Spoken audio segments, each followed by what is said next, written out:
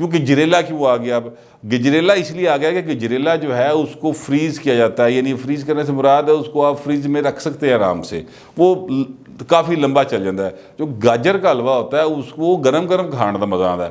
تو prime minister نو غصہ چڑھ گیا, انہیں کو تینوں گاجر دے حلوے تے گجریلے کا فرق نہیں پتا. تو اس پر ان کو غصہ چڑھ گیا اور انہوں نے پورے کے پورے عملے کو کر دیا معطل. تو عثمان وسار صاحب جو ہے نا وہ اسی ڈگر پہ چلے ہوئے ہیں کہ لاچی جڑی انہوں نے چنگی نہیں لگی. حالانکہ جس علاقے دے رہنے والے نے بندہ پوچھو تو لاچیاں پتہ نہیں ہوندیاں بھی ہونیاں کہ نہیں ہوندیاں, ریت ہی ریت ہوئے گی. جو مطلب میں کبھی گیا ہی نہیں تونسا والی سائڈ پہ, لیکن جو ایک میرے گمان ہے وہاں کے علاقے کا کہ وہاں پر دھول مٹی جتنے بتی نہیں ہوئے گی, مطلب آپ اندازہ لگائیں نا, پرائم منسٹر کہتے ہیں کہ وزیر اللہ وہاں کا جتنے بتی کوئی نہیں تو پھر پانی بھی نہیں ہوئے گا, تو بتی نہ پانی تو اس اتھوں تک رہن والا ہوں لاہور چ آ کے لاچیاں صحیح لبدا پھردا. بٹ اینی ویز وہ وزیر اللہ ہیں, ان کا استحقاق ہے, لاچی والی چاہ پی جائے بھائی نا, یہ بھی بڑا ایک مسئلہ ہے. تو یہ سارا معاملہ جو ہے اب وہ پولیٹیکل سرکلز کے اندر جو ہے نا وہ لونگ لاچی چل رہا ہے کہ لونگ لاچی وزیر اللہ, لونگ لاچی وزیر اللہ. اچھا اب یہ بات سچی ہے جھوٹی ہے, اس کے پیچھے حقائق کیا ہیں؟ بہت ساری کہانی ہیں. مثلا ایک کہانی یہ چل رہی ہے کہ جناب وہاں پر ایک صاحب ہیں ڈپٹی سیکرٹری صاحب جو کہ جھنگ سے تعلق رکھنے والے ہیں, اور انہوں نے اپنا جو ہے نا وہ خود اب آج کل کو سیکنڈ یعنی ڈپٹی چیف منسٹر کا رول پلے کر رہے ہیں, اور وہ وہاں پر اپنے لوگوں کو لانا چاہتے تھے تو انہوں نے ساری واردات کی تھی. اب یہ وہ باتیں ہیں جن کا کوئی ثبوت نہیں ہے. یہ جو باتیں کی جا رہی ہیں یہ گاسپس انہیں کہا جاتا ہے کہ جناب جڑی کناں دے وچ گلاں نہیں ہوندیاں کہ ویکھی فلانی تھاں دیکھی ہوئی, وہ ویکھی انہیں کی کیا سی, وہ ویکھی انہیں کی کیا. یہ اس طرح کی گفتگو ہے جو سینہ گزٹ چل رہی ہے اور پولیٹیکل حلقوں کے اندر یہ بڑی ڈسکس ہو رہی ہے. تو وہ جو دو بندے معطل ہوئے تھے ان کا میں نے نوٹیفیکیشن جو ہے باقاعدہ طور پر وہ بھی آپ کو اسکرین پر نظر آ سکتا ہے, آپ وہ بھی دیکھ لیجئے گا. 10 ستمبر 2021 کو انہیں معطل کیا گیا, جس کا مطلب یہ ہے کہ یہ خبر آپ تک پہنچنے میں جو میں آپ تک لے کے آ رہا ہوں اس نے کم از کم کو 23-24 دن لیتے ہیں. ٹھیک ہے, تو یہ مجھے تین ایک روز پہلے پتہ چلی تھی, لیکن اس پر میں نے تھوڑا سا اور بڑے کام تھے, پھر اس کو چیک کیا, آج ان دو لوگوں کے نام اور وہ نوٹیفیکیشن آ گیا تو وہ میں نے آپ تک پہنچا دیا. یہ ہمارے وزیر اللہ پنجاب عثمان بزدار کی اعلیٰ ترین کارکردگی ہے کہ لاچی دا بھی نوٹس لے جے پائی, مطلب اس کی نظر اتنی تیز ہے کہ جناب وچ پئی جڑی نا چاہ دے لاچی پراپر سی کہ نہیں, وہ نوٹس انہوں نے لے لیا.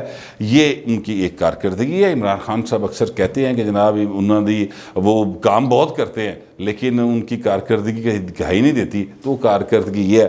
ویسے اور بڑی کارکردگی نے لوکی ذکر کر دے, ٹیکے کے ساتھ جو ان کے پرنسپل سیکرٹری تھے ان کے ساتھ جو ان کا ایک ریلیشن شپ, جب یہ تحصیل ناظم ہوا کرتے تھے کاف لیگ کی جانب سے, اور وہاں پر یہ ٹیکے صاحب جا کے لگے ہوئے تھے, وہ جو فرنیچر دے وارداتاں اور کہا جاتا ہے بڑی باتیں ہوتی ہیں کہ جناب انہوں نے فرنیچر چینج کروا لیا تھا. اس طرح کی گفتگو ہے, سیاسی لوگوں پہ الزامات لگتے رہتے ہیں. میں نہیں یقین کرتا, جتنا سادہ سا وہ لگتا ہے, بندہ بولتا بھی کم ہے اور جناب چپ کر کے بیٹھا رہتا ہے اور پکی مطلب طریقے کے ساتھ جو بات ہے وہ کرتے ہیں. تو مجھے نہیں یقین چکون ہے, ہمیں ہسو نا میرے تے, میں تو سچے دل نہ گل کر رہے ہیں. مجھے نہیں لگتا کہ وہ وزیر اعلیٰ پنجاب جو ہیں ان کے فرنیچر گھر کا کسی نے چینج کروا کے دیا تھا. یہ باتیں ہیں, لوگ کر رہے ہیں, لیکن میں ان پہ یقین نہیں کرتا, اس لیے میں نے اس کو موضوع بحث نہیں بنایا. لاچی علی گل جڑی نا وہ بڑی ڈسکس ہو رہی تھی, تو میں نے سوچا آپ کو موجودہ وزیر اللہ کی تو کارکردگی بتا دیں, ساتھ ہی ساتھ میاں نواز شریف صاحب بھی تو دیکھو نا مغل اعظم سن, ایسے تو نہ کریں. انہوں نے بھی گجریلے اور گاجر دے فرق دا پتہ سی, لہٰذا جنہوں نہیں سی پتہ انہوں نے بدلتا پڑھ کے. اب آتا ہوں جو مستقبل کے وزیر اللہ پنجاب ہو سکتے ہیں, یعنی جنہوں انہوں دی پارٹی نے اپنا نامینیٹ کرتا ہے.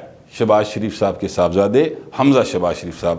حمزہ صاحب جو ہیں وہ نکلے ہیں آج کل دورے پہ ہیں ادھر اپنا ساؤتھ پنجاب کے, اور وہاں پر ان کا بڑا تانسو استقبال ہو رہا ہے. تانسو استقبال سے میری مراد ہے کہ ورکرز کنونشن میں 2000 بندہ آ ہی جاتا ہے.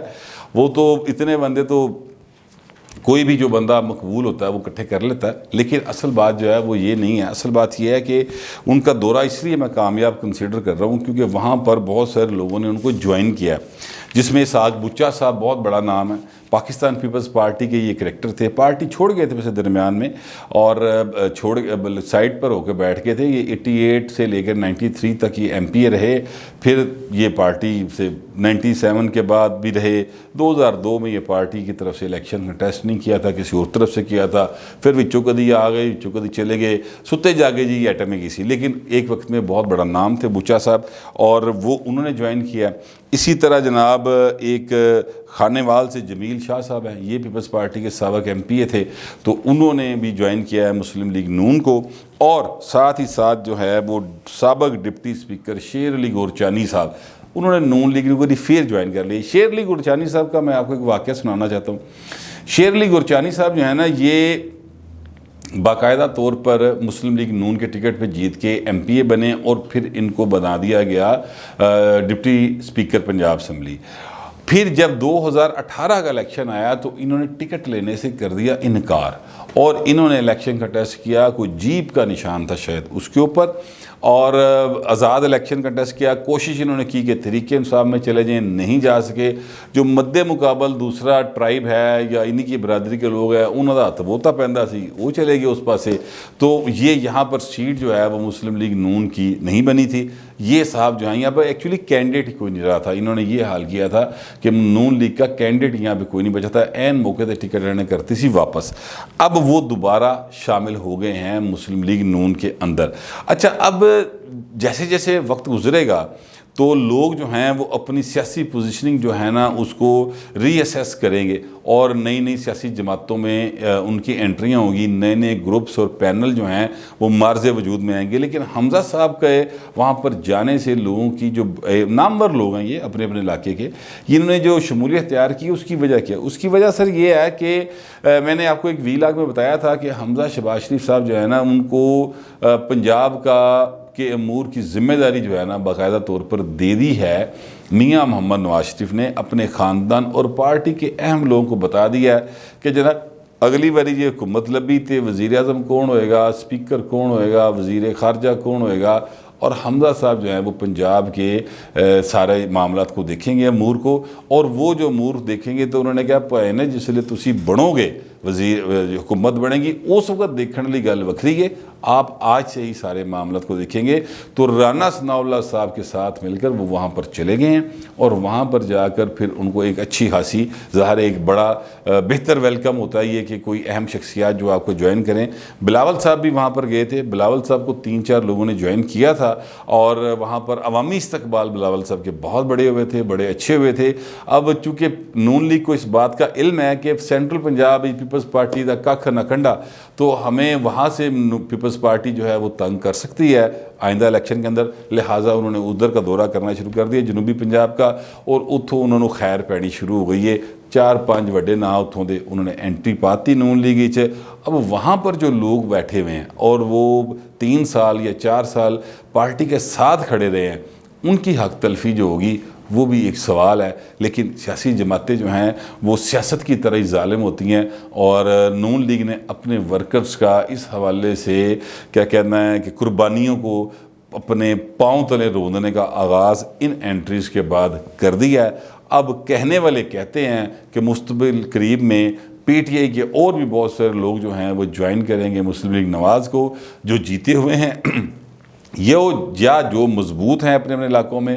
تو پھر ان علاقے کے ورکرز کیڑے پاسے جان گے, یہ وہ سوال ہے جو صرف نون لیگ نہیں ساری سیاسی جماعتوں کو اپنے ذہن میں رکھنا چاہیے. لیکن یہاں پر چونکہ پاور گیم چلتی ہے کہ ساڈی واری آنی ہے, تو لہٰذا وہ واریاں دے چکر وچ سیاسی ورکر جڑا نا بیچارہ وہ پس جاندہ.